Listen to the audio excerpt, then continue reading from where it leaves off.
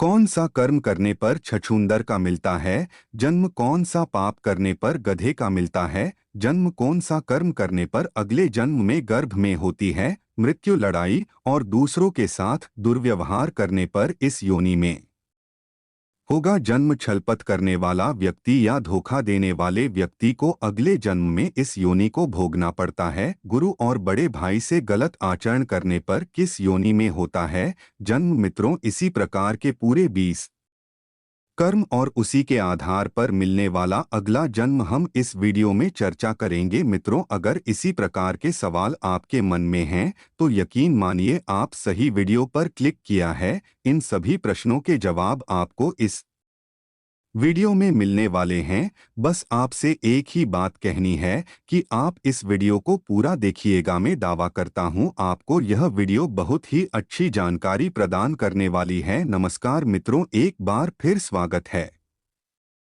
आपका हमारे YouTube channel भक्ति ग्रंथ गंगा के एक और नए वीडियो में। दोस्तों, आप लोगों से एक रिक्वेस्ट है कि यदि आप अभी हमारे YouTube चैनल को सब्सक्राइब नहीं किया है तो चैनल को सब्सक्राइब करके घंटी बटन को दो प्रेस कर दे ताकि हमारे चैनल के माध्यम से आने वाली वीडियो का नोटिफिकेशन सबसे पहले आप तक पहुंचे। मित्रों, वीडियो को लाइक और कमेंट में जय श्री कृष्ण जरूर लिखें। व्यक्ति को कर्मों के आधार पर अगले जन्म में मिलता है इन जीवों का रूप। गीता में लिखा है कि मृत्यु के बाद केवल शरीर नष्ट होता है, लेकिन आत्मा कभी नहीं मरती। आत्मा पुराने शरीर को छोड़कर नया धारण करती है। कुल 84 लाख योनियों के बारे में गरुड़ पुराण में बताया गया है। सबसे श्रेष्ठ योनि मनुष्य की होती है। गरुड़ पुराण में कर्मों के आधार पर जन्म लेने वाले योनि के बारे में बताया गया है, यानी मृत्यु के बाद आपका जन्म किस योनि में होगा यह पहले से ही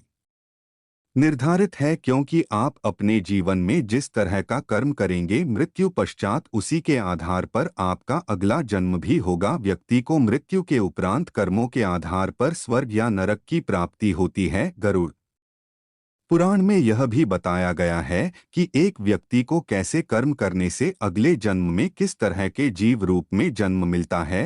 हिंदू धर्म में गरुड़ पुराण का विशेष महत्व है। इन्हें भगवान विष्णु का अंश माना जाता है। बता दें कि जरूर भगवान श्रीहरि के वाहन हैं और गरुड़ पुराण में भगवान विष्णु और उनके वाहन के बीच हुए संवाद का विस्तृत उल्लेख किया गया है। इसमें भगवान विष्णु ने बताया है कि एक व्यक्ति को अपने जीवन में कैसे कार्य करने चाहिए जिससे उसे हर पद पर सफलता प्राप्त होती है और मृत्यु के उपरांत मोक्ष की प्राप्ति होती है। साथ ही इसमें मूल सिद्धांत यह बताया गया है कि व्यक्ति को इस जन्म में किए गए कर्मों के अनुसार ही फल की प्राप्ति होती है। इसके साथ यह भी बताया गया है कि उसे अगले जन्म में किस प्रकार के जीव के रूप में जन्म होगा। आइए जानते हैं। महिलाओं से दुर्व्यवहार करने वाला गरुड़ पुराण में बताया गया है कि व्यक्ति महिलाओं का शोषण करता है या उनसे दुर्व्यवहार करता है वह अगले जन्म में भयानक रोगों से पीड़ित हो जाता है। साथ ही जो गुरु की पत्नी से दुराचार करता है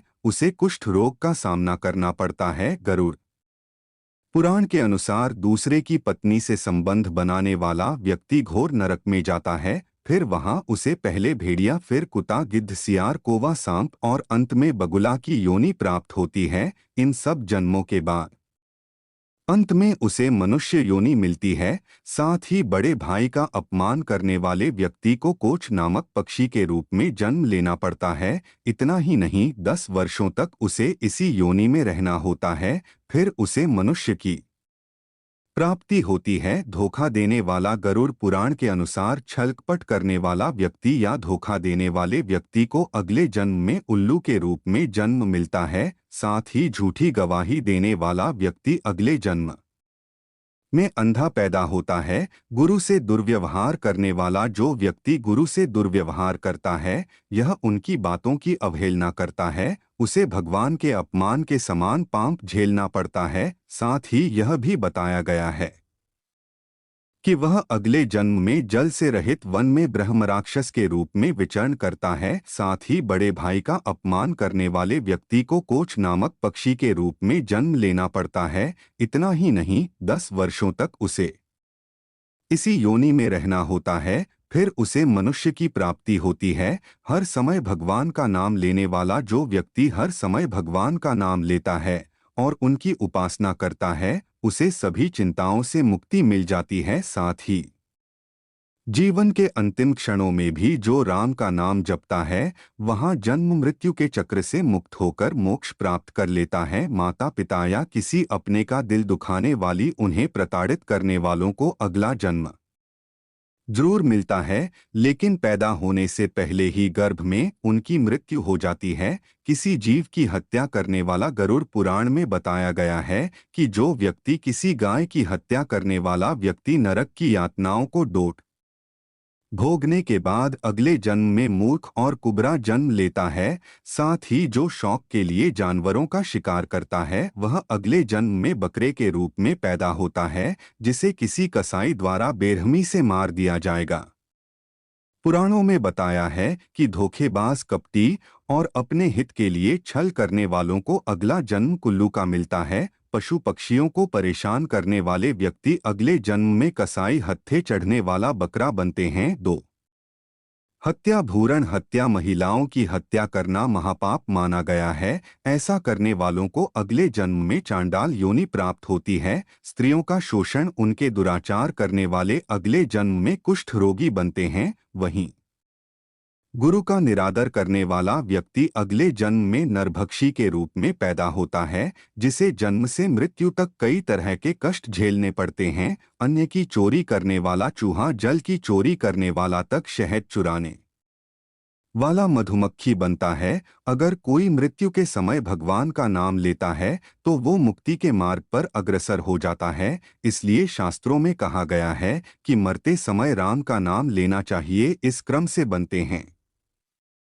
छछूंदर वेद व्यास जी ने बताया कि चोरी करना हमेशा ही गलत है, फिर चाहे वह स्वर्ण हो या वस्त्र, इसके परिणाम भुगतने ही पड़ते हैं। उन्होंने बताया कि यदि कोई व्यक्ति वस्त्रों की चोरी करता है तो वह अगले जन्म में तोता बनता है, वहीं सुगंधित पदार्थों की चोरी करने वाले छछूंदर के रूप में जन्म लेता है। इसलिए कैसी भी परिस्थिति हो, लेकिन चोरी करने से सदैव ही बचना चाहिए। ऐसे कर्म करने वाले बनते हैं। गधे महर्षि ने बताया कि यदि कोई व्यक्ति किसी का कत्ल करता है तो यह जघन्य अपराध की श्रेणी में आता है। ऐसा कर्म करने वाला अगले जन्म में गधा बनता है।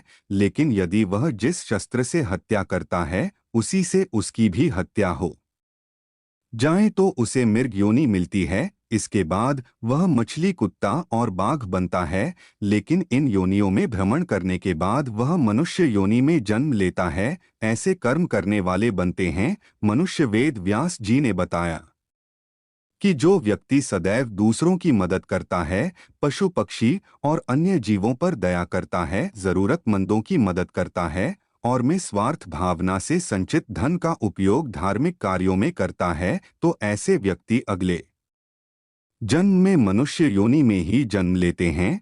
साथ ही समाज में अच्छे कार्य करके दूसरों को लाभान्वित करते हैं। लेकिन धन के प्रति आसक्त मनुष्य अगले जन्म में सांप योनि में जन्म लेते हैं। दोस्तों, वीडियो के अंत में आप लोगों से रिक्वेस्ट की है कि अगर आपको यह वीडियो जरा सा भी अच्छा लगा हो तो मेरे चैनल को सब्सक्राइब, वीडियो को एक लाइक करके कमेंट में जय श्री कृष्ण जरूर लिखें। मिलते हैं एक नए वीडियो, एक नई जानकारी के साथ। मित्रों, वीडियो को पूरा देखने के लिए बहुत बहुत धन्यवाद।